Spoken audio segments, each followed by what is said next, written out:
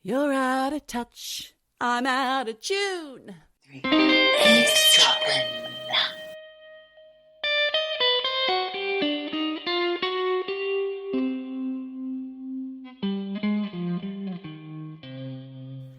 Hey, Michelle. Geordie, hello. Hello, it's that time of the week again. It's eavesdropping time, where you settle down with a nice cuppa or a nice tequila sunrise and pop on your favourite podcast. And that's you and me, Michelle. Well, maybe it's not your favourite, but it's a favourite of all the podcasts, hopefully. Top 5% globally listened to. Don't forget. Can't beat that. Well, you can. Yeah, you can be top 1%. 2%. Top 1. Top 0.1. That would be nice. Come on, people. Get behind Bring us. it. Tell your friends. And tell them to vote for us, Michelle. Your turn to tell them. Yes, you must vote for us in the Listener's Choice. You must. She's forcing you. British Podcast Awards. That's us. We want to be award-winning. Help us. Yes. Help us with that goal. It would be nice.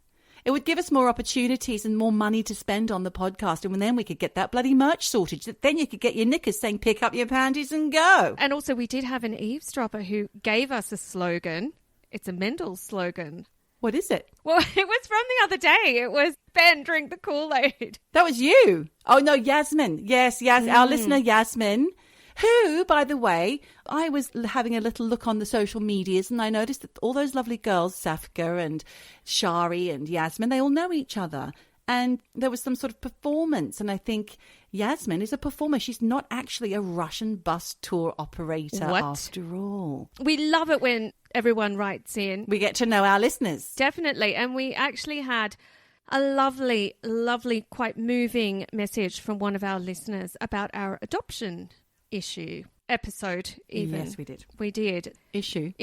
I felt like I was back in my publishing days, in my publishing career, in that issue. Oh, I see. In the episode.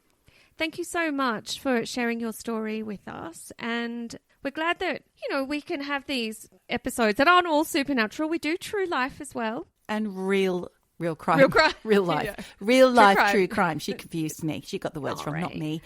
Yeah, actually, I had to repost the other day something about that episode, the adoption scandal episode, the forced adoption scandal in Australia it was, because I don't know, spoiler alert if you've heard it, I'm adopted and I think that my mother was coerced into giving me up.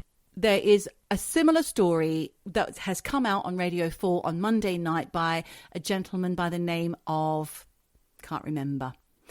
The names escaped me, but go to our Eavesdroppin social media on Instagram. I've put a post up there and it does cite the Radio 4 documentary and who it's by, and it's worth a listen. I haven't listened yet, but I'm going to. I will definitely put a link to that in the show notes as well. Also, Michelle, you know how you dropped the clanger that Sinead O'Connor was dead? I mean, it's not like it was new information.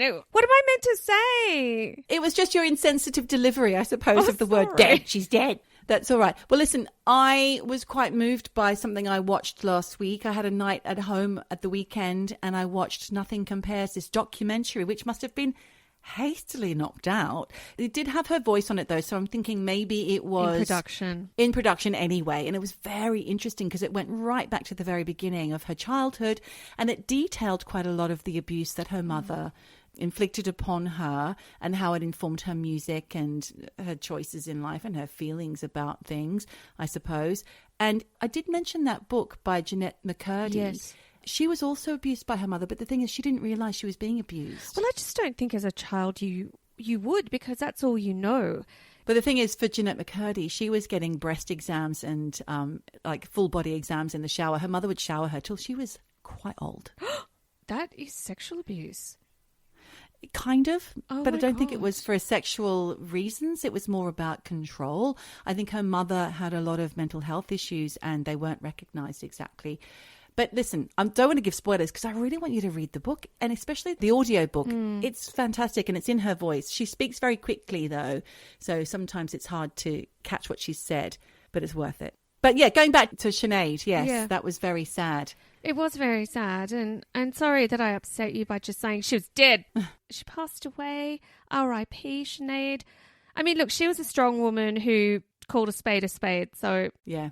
And there's a beautiful memorial for her and her, the funeral cortege. through the streets of Bray past her house where she lived. And I've seen that house because I think I mentioned I've got a friend who works in the film industry who lives in Bray.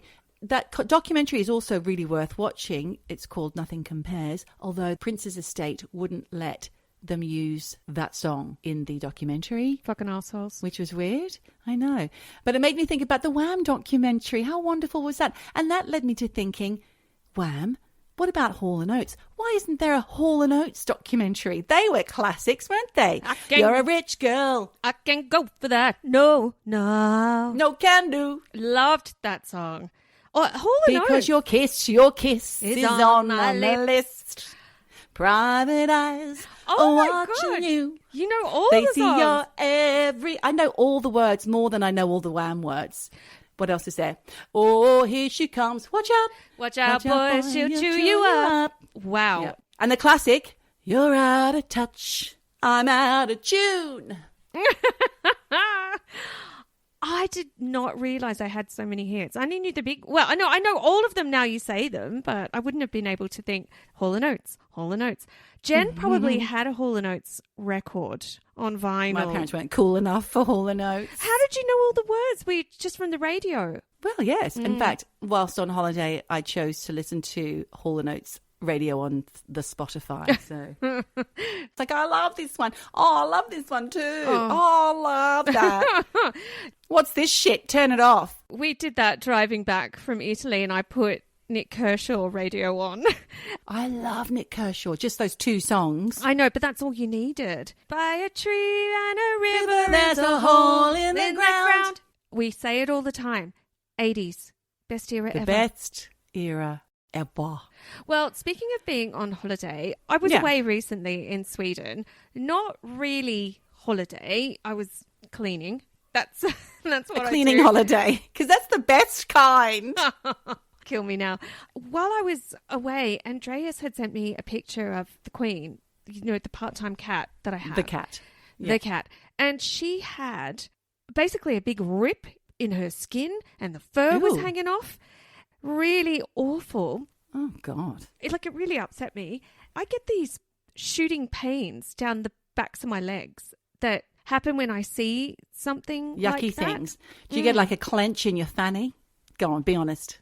What the fuck are you talking about? A clench in the fanny? Sometimes you get a little whoop, like a sphincter clench. That fanny and sphincter are quite different. Well, you'd know because you're so much more keener on the back bum than the front bum. You've mentioned it a few times. You have mentioned it a few times in the podcast. You've been going on about back bottom, front bottom. You don't mind it up the arse, but you do mind it up the front. Oh my God. That's what you said about the rabbits. You did. You said of the episode about Mary Toft giving birth to rabbits, you said you didn't mind if she was shitting them out, but actually giving birth to them was a whole nother matter. Okay, that is true. But when it comes to this, no, this is not a fanny clench. I mean, it's not a fanny flutter. It's not a fanny clench. I don't know about the fanny flutter. But when I look over the edge of a cliff or something, I do get a clench in the fanny. Do you? Yes. Do you get pains anywhere in your body when you see something horrible? No. Because I spoke to Andreas about this and I said, oh my God, when you sent that picture of the Queen, you know, I got these shooting pains down my legs, you know. And he's like, no, I don't know. And I'm like, what do you mean you don't know? No one has that. You're the only one. Well, I just thought, are you fucking joking? I just thought everybody got this. So actually, I went online and I did a little bit of research because I was like, I can't be the only one. Apparently, it's called pain empathy. Ah, you're an empath. Well, I don't know because it's not fucking nice. It's kind of when you tune into someone else's pain frequency. But it's also called vicarious pain, indirect pain, or mirror pain. And some people call it mirror sensory synesthesia. But I don't think it is a typical synesthesia. And some people say it's not. And I don't think I'm a synesthete. We know this word because we've used this before. I talked about a lady with a website who was a synesthete. Do you remember? Yes. You seem to know the word and Yes. I'd just heard of it. You know, it's like phantom limb. That's synesthesia. Right. Oh, your arm's gone, but I still feel yeah. like you've got an arm. It's getting worse as I get older, these shooting pains. It's like electricity. It's like a jolt of electricity down the back of the legs for me. It doesn't matter if it is on animals, somebody I know, or in a film. character on telly. Yeah. Yep, I get it. Whoa. And about 30% of the population have this. And I didn't realise that not everybody... So you're in the minority, Michelle. You're the odd one out. You're an oddball. Let's just face it. But it's really uncomfortable and it's not You're nice. different. I'm a freak. So me and my 30%ers, we can all hang out. And honestly, Eavesdroppers... It's a good thing. If anybody else has this, let me know. Do write in. Exactly. That's interesting, Michelle. That's very interesting. Synesthete. The new thing that I came across. So yes, I'd love to know if any others are pain empaths, because it's fucking awful. Say what? That's interesting, Michelle. You know, I came across something new this week as well.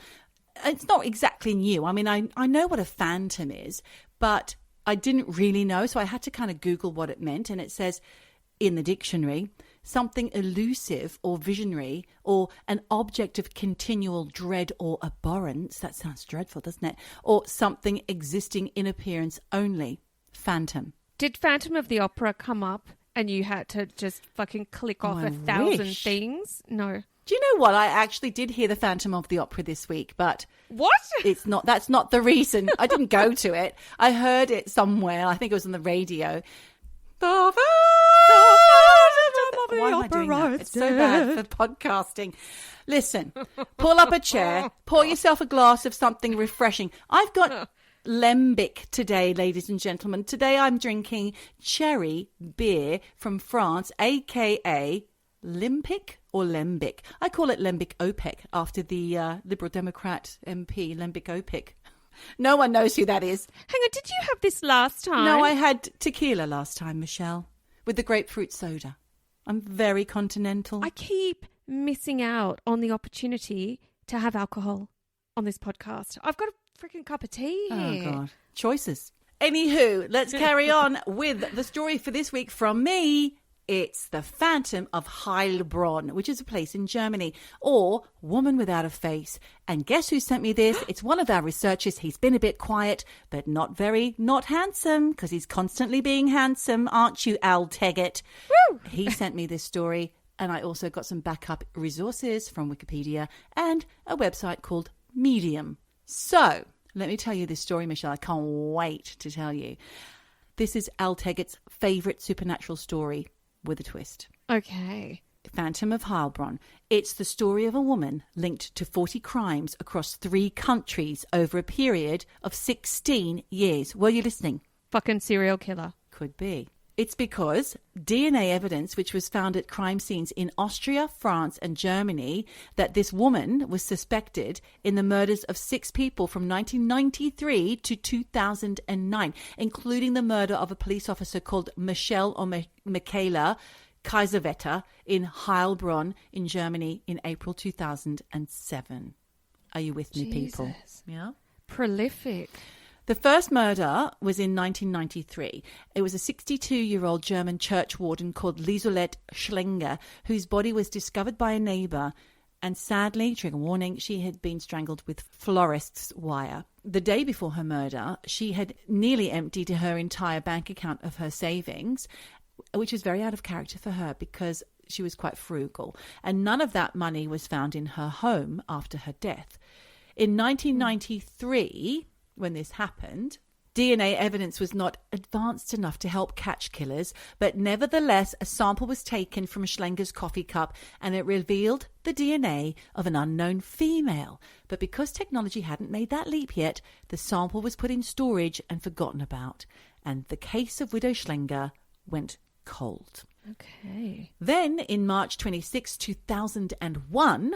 this is some years later, Joseph Walzenbach, I hope I'm getting my pronunciations correct, a 61-year-old antiques dealer from the town of Freiburg in Germany, which is a 3-hour journey from the first murder, was found beaten to death by a blunt object and strangled with a belt. Similar to the Schlenger case, cash had also been taken from this crime scene, and the results from a sample taken found the same unknown female DNA from a piece of furniture that was found at the Schlenger scene. Jesus. So that was a dude that got murdered. Yes. So one woman, one man, both had the same DNA at the scene. This woman's got to be strong. Years apart. She's got to be strong. 3 hours between. Yeah. Well, he's 61. I guess it's not that old. Well, yeah, okay. It's not that old, actually. Let's just face it. That's not that old. Not in this day and age. Not anymore. 61's a new 41. Then on October 24th, 2001, at a playground in the German... So this is the same year as the guy got killed. What's his name again? Joseph Walzenbach. The same year, but in October, he was murdered in March. This is now October. There's a playground in a German city called Gerolstein, and I don't know if that's correct, how to pronounce that. A child in the playground stepped on a syringe containing heroin. Now, this was a bit of a rough town, but the parents were up in arms. They demanded justice, and they wanted the police to DNA test the syringe because they were appalled. You know, this is terrible. They did so, and the DNA on the syringe that was found at the Schlenger and Walzenbach crime scenes. Police are now beginning to build a profile. So we've got a female junkie funding her habits from burglaries and murders of her victims, possibly. Yeah.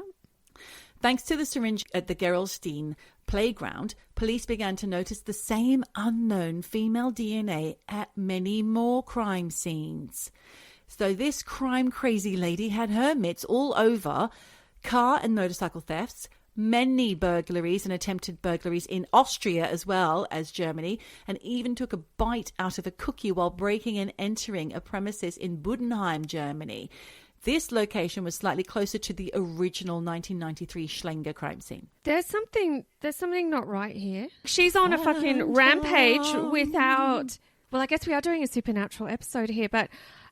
For me, it's like she's on a rampage, killing, murdering, and just wait and she see. Does not give a shit. She's not even like trying to be discreet. There's more info, but they can't catch her. They can't catch her. She's going about this for years. 2004, in Arbois, France, which is a 5.5-hour journey south of Gerolstein, there is a group of Vietnamese precious gemstone traders. They were brutally attacked by a gang who wanted to steal their gemstones. So they'd been targeted and attacked. This is a big gang-style criminal gang setup. The thieves grabbed about 3,000 euros, jewellery, gold bullion, and at the crime scene, there was a reproduction Beretta pistol found, which the police then DNA tested. Okay. The databases were searched in both France and Germany, and who do you think that sample belonged to? Our faceless murdering junkie. Serial killing bitch. The thieves were captured and arrested, but under brutal interrogation by both French and German police, the gang members refused to name their criminal mastermind lady boss. They said, we have a boss. Mob boss lady. I don't know what they said, but the police were angling for them to name her because they were convinced that she said all these things, and they must have been linked to this criminal underworld. Okay. But the Popo, aka police, began checking DNA from older crimes because they were so stumped about this. So they wanted to see if a name might pop up because so far they had nothing. They discovered her DNA at 30 different crime scenes across Germany and Austria between 1993 and 2008. There was breaking and entering in offices, home burglaries, supermarket heists, lots of sheds and campsite thefts. And at one of these campsites, there had been a fight in a group of holidaymakers where a man shot his brother. Her DNA was found on the shell casing of the bullet. What? Who was this femme fatale and how could she be stopped, Michelle? And how is she every fucking where? She's all over the joint. She's everywhere. She's here, she's there, she's every fucking where. In a bit of a group of, 3 countries, which are all closely neighboured. So a bit more digging, deep digging as I've written here, was required. So the Austrian police force set to work and discovered the DNA was common among people from Eastern Europe and Russia. Okay. The German authorities were floored by this knowledge because they didn't know that. Their DNA testing could only place gender from this type of sample, but nothing else. So they obviously thought, hang on, how come they can do that, the Austrians, and we can't? What's going on here? They're a bit pissed off. So when was this done? What year? Because obviously... 2008. Oh, that's not that long ago. I know. All right. But it was taken a long time before. Yeah. This is how it gets its name. This is the narcotics squad police officer by the name of Michelle or Michaela Kaiserwetter, she had an affinity with the town of Heilbronn, which is why it's called the Phantom of Heilbronn. This is more than 2 hours' journey from the original Schlenger scene, okay? She would go there whenever she had time off from her work, and she went one day between doing some work with her partner, her work partner, another policeman, by the name of Martin Arnold. This is in 2007, actually, so maybe I was wrong about 2008 because I'm flipping around the time zones and I may be a little bit incorrect. Apologies. They parked their patrol car under a tree because it was a really hot day, even though it was April, and they were next to a park. Suddenly, they were set upon by a masked gang wielding guns and shot the police vehicle up. Both officers received gunshot wounds to the head, and 22-year-old Officer Kaiserwetter was killed instantly. Their bodies were found lying on the ground next to the car, missing their firearms and handcuffs. However, Officer Arnold survived, and after 3 weeks in a coma, he emerged with total amnesia. He awoke not even knowing why he was in hospital. Oh, my God. How awful. They weren't even doing anything. How senseless. Don't forget she's narcotics, so I'm wondering if it's gang-related, but you'll find out in a minute because I do have an answer to this. Okay. The forensics from the crime scene plus Officer Kaiserwetter's autopsy revealed 2 calibers from 2 different pistols, one Polish, one Russian. And guess whose DNA was found in the car carrying the assassins, because they found them. Oh, my God. She's everywhere. In January 2008, so we're flipping forward again now, we were just in 2007, now we're in 2008. 3 bodies were found in the water in Heppenheim, which is about 1 hour and 10 minutes northwest of Heilbronn. The 3 men originated from the state of Georgia, formerly of the Soviet Union, and it's said they were in Germany to buy used cars. Dodgy? Okay. I don't know. Yeah, super dodge. 2 of the men had gunshot wounds to the head. The third had been strangled. Police arrested 2 people in a Ford Escort, and a DNA sweep of the car showed the Phantom's DNA inside yet again. But not her. She's nowhere to be found. Just these 2 guys. Once again, the police went in hard on the interrogation, just like the perpetrators of the Vietnamese gemstone robbery. They kept at them. But these guys, they kept stum about the involvement of the female Phantom. Who was she? And why were these rough-nuts so scared of her that they couldn't tell the police who the fuck she was? Yeah. Now we have 3 countries, Michelle, trying to crack this case, yet still she managed, as you said, to go about her business untouched and unseen. In May of 2008, a cleaning lady was brutally attacked and robbed at work. Several hundred euros were stolen. Later that year, in Heilbronn-Weinsberg, which I guess is a twin town near Heilbronn, a 45-year-old nurse named Diana Pavlenko was found floating in a large pool of water. Investigators decided to keep the cause of death secret because they thought this is their moment to catch this bloody killer, because obviously they must have had her DNA there. The nurse didn't have drugs in her system, just therapeutic levels, they said, and there were no visible wounds either, but they still kept quiet about how she died. But according to this nurse's friends, she was in the middle of a messy divorce and she had been known to be depressed and had spoken of ending her life. Forensic evidence obviously revealed the Phantom's DNA in the crime scene. It was at the nurse's car, which was parked near where she was found. How is this possible? I mean, yes, I guess serial killers get everywhere, but it's always in the car. Or on the furniture, or on the bully. Soon after this murder, there was a gang of Albanian house robbers arrested in France. The Phantom's DNA was found in one of their cars as well. And once again, under intense scrutiny, none of these ruffians would spill the beans either about the woman at the top. So there is now a massive reward, Michelle, to try and capture this bitch. Any information, you can get it for 150 euros. I mean, that's a pretty high price, right?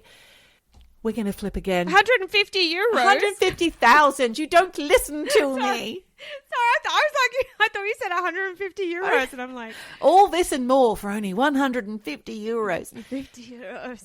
I'm going to take you for a little bit more of a journey. We're still in Germany. I don't know how to pronounce this, but I'm going to give it a crack. Saarbrücken. Okay. Late 2008. There was a burglary. And even though her DNA was left at the scene, the victim swore blind the robber was a man. So the victim of this robbery was left untouched or unharmed, or maybe he was harmed, but they were still alive. So now they're thinking, well, this guy, he's got a female accomplice, or the Phantom must be transitioning into being a man, or was it a red herring to throw the police off? I mean, these guys are fucking confused. Yeah, of course. I'm just trying to think too. Like, okay, have we got some kind of poltergeist plasma? I don't know. I'm just throwing ideas out there. Wow. Okay, well, now I'm going to take you to March 2009. And I'm sorry, my timeline is flippy-floppy all over the place. But here we are. We're in March 2009. I've done my best to place it. When a man was arrested on a charge that was unrelated to any of the Phantom's cases. He was DNA tested on the spot, and the DNA showed the same as the Phantom's DNA. What? So a dude? This guy was not transitioning, and he had alibis for every single one of all of these other near on 40 crimes, including 6 murders. Then, finally, the penny dropped for the police. Has it dropped for you, Michelle? Well, it's something to do with the DNA and who's collecting it, surely. If it's a dude... The company that makes cotton swabs used in the testing of DNA was in South Germany and had several female Eastern European employees whose DNA was all over these Phantom crimes. So the police began testing unused swabs, and the Phantom's DNA was on those as well. No. You bloody idiots! Oh, my God. Contaminated crime scenes. Left, right and centre for years. It's not the same person. It was the same woman and from the same area. So. Oh, my God. Yeah. Why? I mean, not to be like that, but aren't they wearing fucking gloves? Clearly not. Something? Clearly not. Jesus. It beggars belief that 3 countries' worth of police couldn't have tried this earlier. The amount of varied crimes she was becoming responsible for was starting to seem a little far-fetched. And even you, Michelle, thought so. Even me. What does that mean?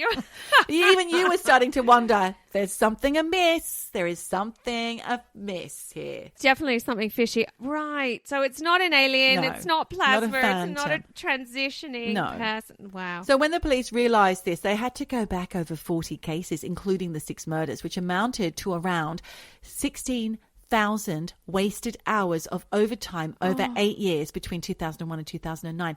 An estimated 2 million euros wasted. Then there's the victims that were denied justice. The majority of the Phantom's crimes will now go unsolved. Yeah, of course. Too late. Oh, that's heartbreaking. Only the murderers of Officer Kaiserwetter and attempted murderer of Officer Arnold was solved. There was a group active between 2000 and 2007 called the National Socialist Underground, NSU. They were a race hate group, extreme far right wing, and they were targeting at the time Turkish immigrants, and they were responsible for about 9 deaths. Very small group. Officer Michaela Kaiserwetter's family were somehow connected to this awful group. Her father had tried to rent a local bar that was a favorite hangout for these horror people. And it's really confusing how they were involved, but she was targeted because she lived across from that bar, and some of them thought she'd seen them in a meeting and was able to pinpoint them. Identify them. So she was then their final victim because they were caught. Okay, so it wasn't just a rando attack. It was targeted, sadly, for her and her family. Awful. Yeah. As a result of this mishandling of the Phantom's crime due to the contamination, the internal organization for standardization... Look, it's just a lot of izations. Let me try that again. The Internal Organization for Standardization, or ISO, took it upon themselves to standardize the production of consumables such as swabs for the retrieval of DNA in 2016. That fucking time. Yeah. Jesus. Didn't think it through, Michelle. They didn't think it through. Yeah, but basic hygiene. I mean, you think about swabs. You even think about cotton buds. You know, people use them on their babies, in their ears, up their assholes, whatever it is. And these manufacturers don't even have gloves on. This is pre-pandemic times, obviously. That was a riddle. And thank you very much. By a tree, by a river, there's a hole in the... That song is called The Riddle. It is called The Riddle. Nice one. Thank you, Nick Kershaw. Thanks, Nick Kershaw. Smashed it. We smashed it. We smashed it. Smashed it out of the park. Smashed it. Well, I actually have something more spooky. It might even have to do with UFOs. Actually, 100% does. Ooh. It's called the Berkshires, with an S. Berkshires. Is it in England? No, it's in America. Oh, okay. It's probably Berkshire. Then. Berkshire's UFO Incident. So okay. I'm going to take you back to the 1st of September in 1969 to the Berkshires in Massachusetts, which it's a region that spans about 160k north to south. Population at that time was around 150,000 across all of these little tiny villages and towns. So not massive, but it was popular with tourists. And on this particular night, 1st of September 1969, there were tourists of a different kind, Geordie. Oh, my God. Yep. Aliens! I'm talking aliens because I love to get an alien reference in when I can.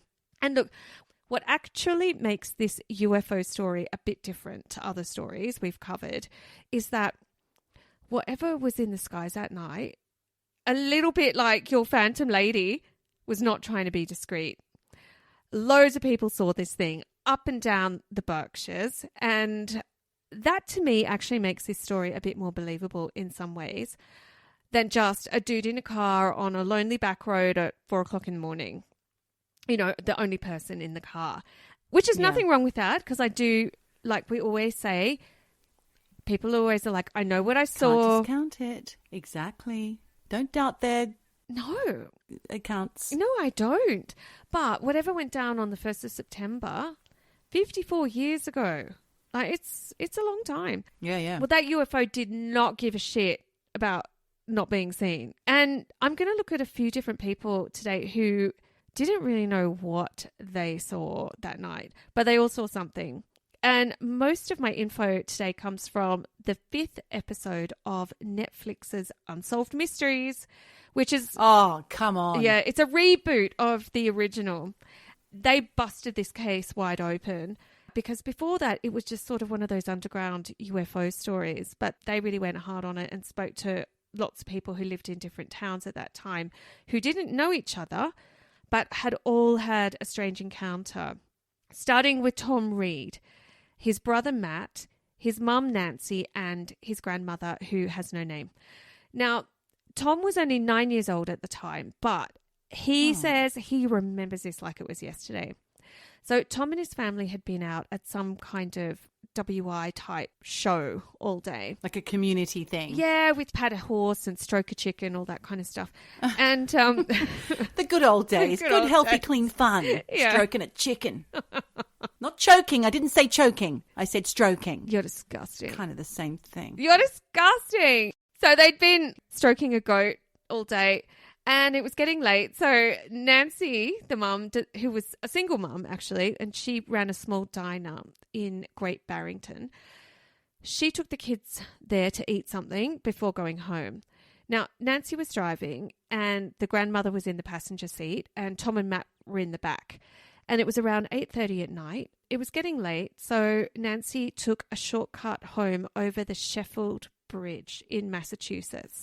I feel like I've heard this all before. Really? Maybe you've... No, because it's just so similar to all the other stories that we've spoken about where they take a shortcut. But is it? Is it going to be the same? Just hold on to maybe your not. horses. Maybe not. This bridge, it's one of those weird wooden boxed-in bridges, those covered bridges, like Sleepy Hollow. You know, those weird, creepy... Like a tunnel in the ground. It is, like a square wooden tube tunnel, but over it, it's a bridge. So it's really old school American bridge. As they got to the entrance of the bridge and began to drive across it, Nancy noticed a strange light was coming. Well, she noticed it in the rear window. Oh, God. And it looked like it was hovering behind them. And then nightmare. Whatever it was getting closer. And while they were inside the bridge, Tom said he could see light coming through the bottom boards of the bridge. It's a rickety old wooden bridge, right? Fucking that. And this is a quote from Tom, from 9news.com.au. Little 9-year-old Tom. Oh, 9 News. Okay. This is from 9news.com.au. They love a supernatural story in Australia. Yeah. He said, as we left the bridge and came out the other side, we saw what looked like a self-contained sphere of white light, and as it rose up, maybe 2 stories, there were some rods of light.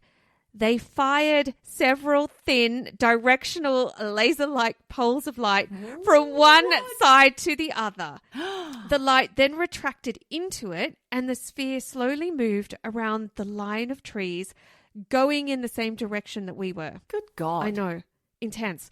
He says, my brother then noticed a second round sphere off to the right of the car that looked like it was sitting underwater. I don't really know what that means. What? And he said, at that point, everything felt odd to us. It was almost like we were underwater.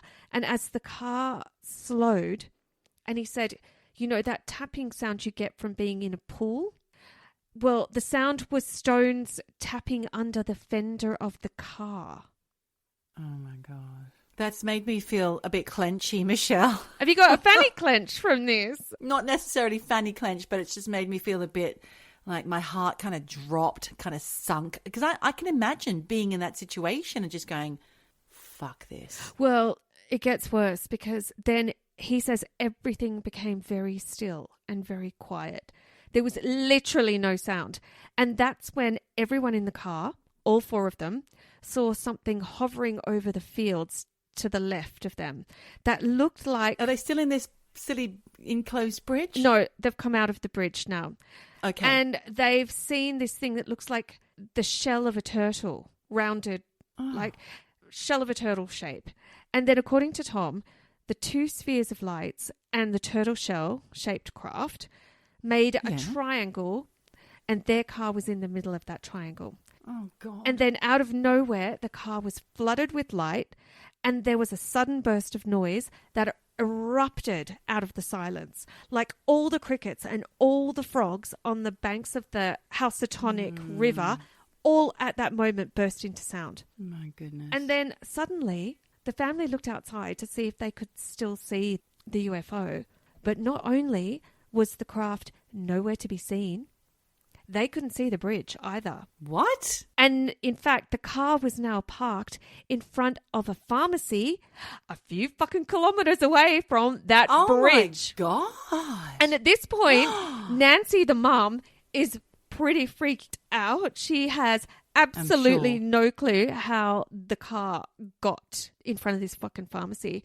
So she goes to grab the steering wheel and start up the car when she realizes she's not in the driver's seat. What? The grandmother is now behind the wheel of the car. And guess what? Oh, my God. What? She can't drive. That's it. Grandma doesn't drive. Oh, and that's when they know absolutely something fucked up happened. And then Nancy looks at her watch and sees that it's not 8:30 at night anymore.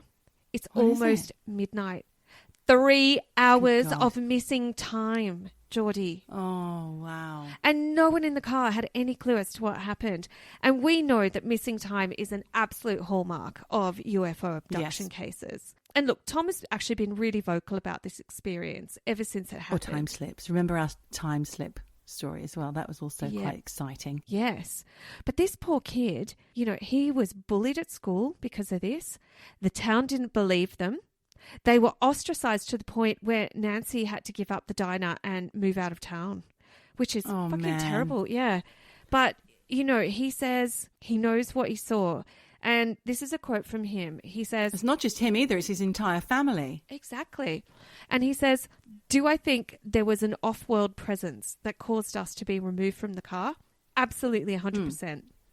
He says, I can tell you I saw something extraordinary and we were surrounded. The spheres were certainly working in conjunction with the craft, and both of these spheres were over water. And he said, do I think there was also a military or governmental aspect involved? More than likely. I feel like there's no way that you've got one without the other. Yeah, it's a bit weird. Because, put a pin in this because I have some ideas about that. But we're now going to move on to another person who saw something weird in the sky that night. A woman called Jane Green. Now, that same night, also at 8:30, Jane had been out with her friend, Mary DeGrace, and the pair were driving... This is the same night. Sorry to interrupt. Yeah, the same night, same time. Okay, right, yeah. 8:30. Okay. No, I just wanted to make sure I had it right. This is all on the 1st of September, 1969.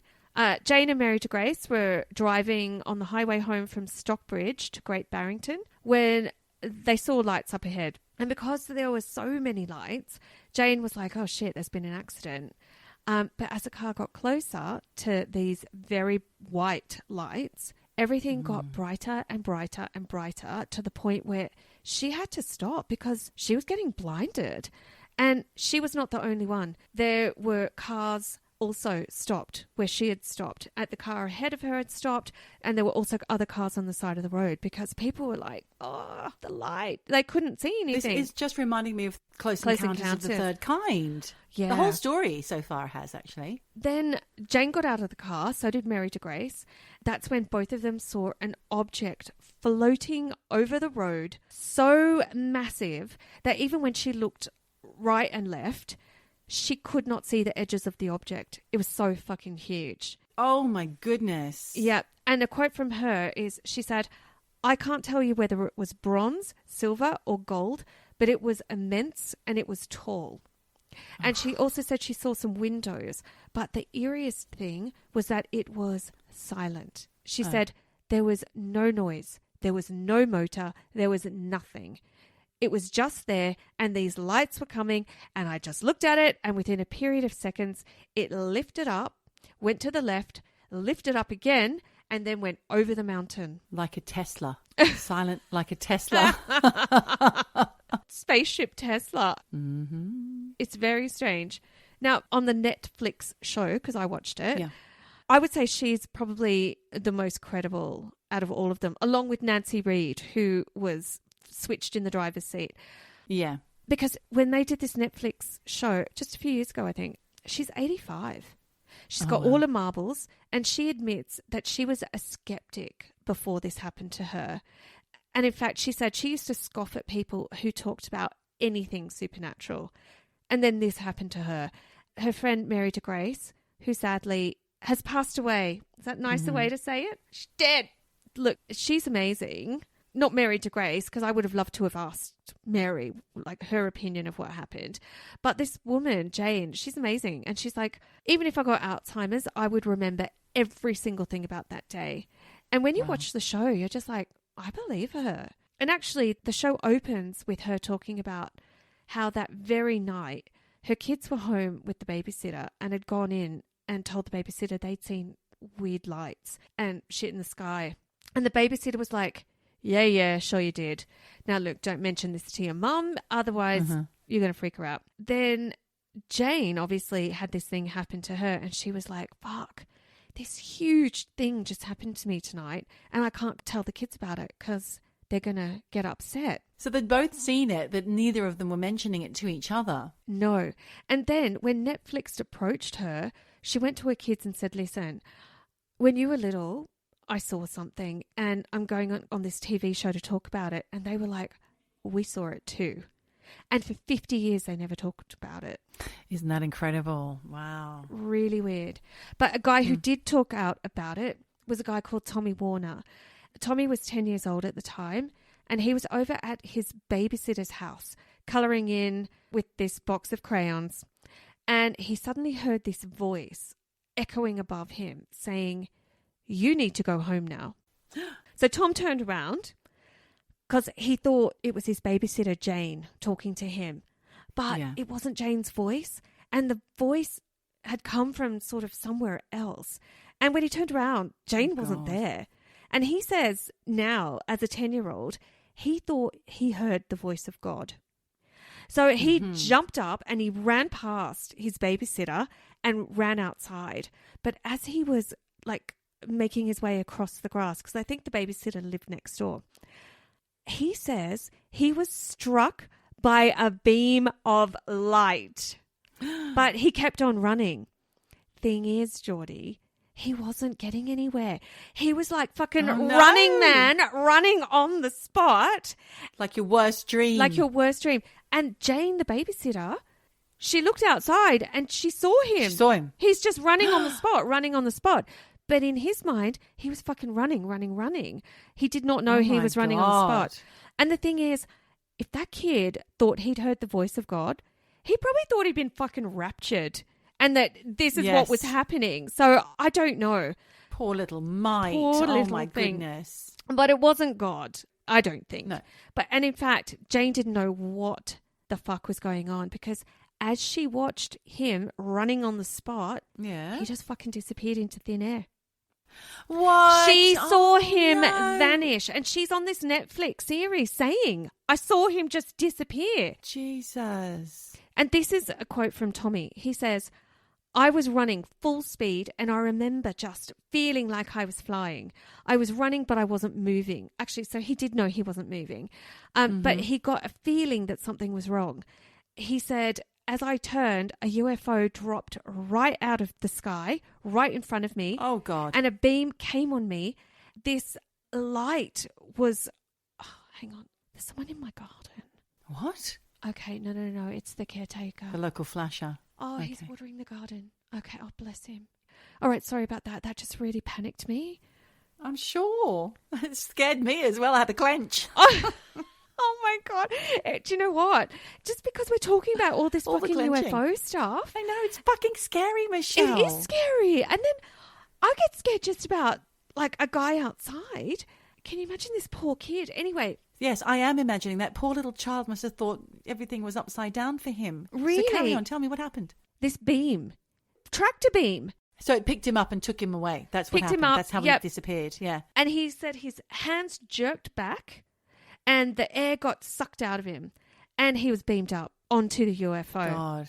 Now, put a pin in that because I'm going to quickly tell you about Melanie Kirchdorfer, who says of that night, and this is a quote, she said, my whole life changed. Something weird took place and we were a part of it. So Melanie, I think, was a bit of a bad girl because she and her mate wanted to go smoke ciggies out by the lake that night. Naughty, pack a Winnie Blues. Pack a Winnie Blues up her flanny. I think she was maybe 12, 13. She was slightly older. God, that's so young. Yeah, but she was slightly older than the other boys. But her parents were like, nah, we're all going to Dairy Queen for ice cream.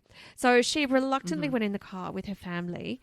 And her dad had just backed up into the car space in the parking lot at the Dairy Queen when this brilliant, bright light shone into the car. Then it started to move. The light was in the sky. And he's like, what the hell was that? I'm going to fucking chase it. I think he was a bit wild. He puts the pedal to the metal and starts chasing this light. He's not scared. And Melanie and her sister are in the back seat freaking out. And then Melanie's sister said she has no recollection of anything that happened after they started chasing the car. But Melanie says she levitated out of the car and the next thing she knows, she's in a beam of light and she's on that fucking spaceship. And she says she remembers being laid out on the floor of this spaceship and there were loads of other kids all laid out on the floor as well. Oh, God. And the freaky thing here is that the guy before, Tommy Warner, that we just talked about, who was beamed up, he saw her. He saw Melanie. He didn't know her and she didn't know him, but he thinks he vaguely must have recognized her from just around the town because they didn't run in the same circles. They're not the same age. He says he looked at her and he saw that she was really scared. Oh. You've got two people who don't know each other in the same place on that same fucking ship with all these kids laid out around them. Oh, no. But then Melanie says one by one, those kids all began to disappear off the spacecraft. Just beep, beep, beep, off. And then suddenly she was at the lake all by herself, not in the car. Wow. And she had to walk home on her own. Oh, that's just so mentally taxing. Yep. And look, Tommy says he does not remember how he got off the spaceship.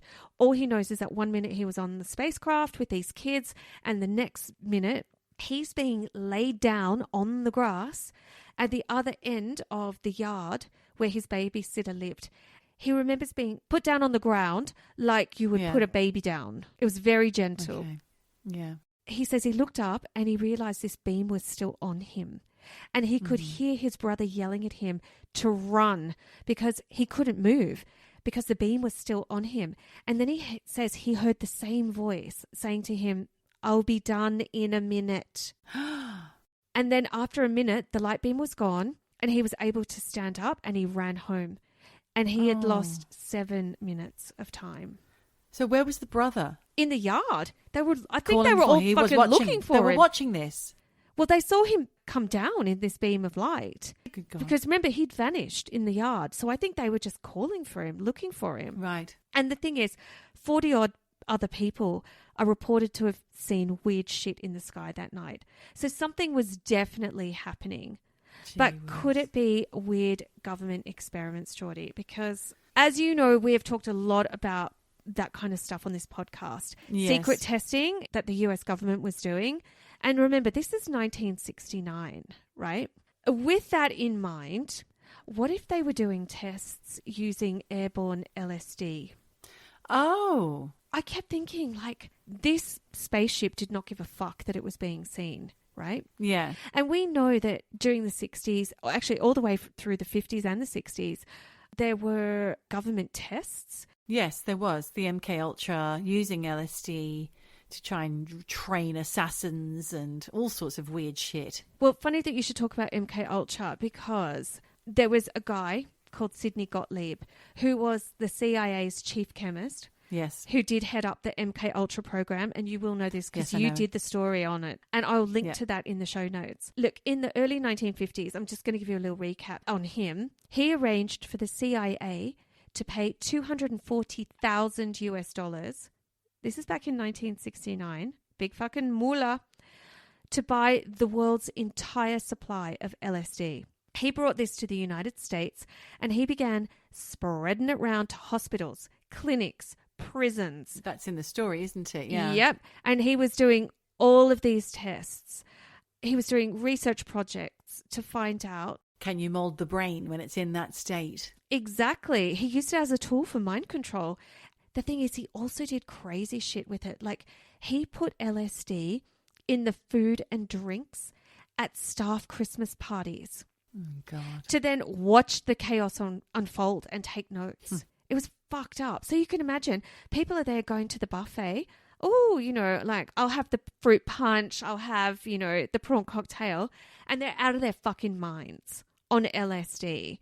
You know, so with this in mind, and that the US had all the LSD in the world, and they weren't afraid to use it, it was the fucking Wild West. No ethics at all. Sure. Could it be that there was some kind of aerosol LSD sprayed in the area, and all these people in the Berkshires were just really fucking high? Yeah, could be. I actually do think it could be aliens, but I think it could also have been the government. I don't really know, but something went down that night. Loads of people saw it. Loads of people were beamed onto a ship, and no one to this day has any answers, including me. Well, I'm sure it's in the NASA report that they've been doing recently about the non-human samples and whatnot that they have, and the reverse engineering that they've been doing for decades, that there is definitely extraterrestrials and UAPs out there that aren't Earth-derived. Yeah. I mean, I've been trying to look at the report for this podcast, actually, to see if we can get some information about it. And maybe we'll do it for an extra droppings as well. Yeah. I'm going to try and do a little rundown on the report and try and figure out what the fuck they're actually saying. It's a lot. And it's in the news a lot at the moment. I wonder, because, you know, we've been drip-fed a lot of stuff over the years. I wonder if that... Preparing. Yeah, they're preparing us for the big reveal. You know, they've got a dead alien. They've got some pieces of a spacecraft. You know, maybe they're going to be able to save our freaking environment by reverse engineering something. But whatever happened in 1969, whether it was LSD or people were really beamed up onto fucking alien spacecrafts, something went down. I never heard of it before, but it gave me chill bumps. It was creepy. Yeah, that's incredible, Michelle. Wow, thank you. What an incredible story. You had me on the edge of my seat. You had me at aliens. And that's all I've got for you. Well, that's enough. That is more than enough, Michelle. Don't say it like that. Do you know what? I do have something else for you.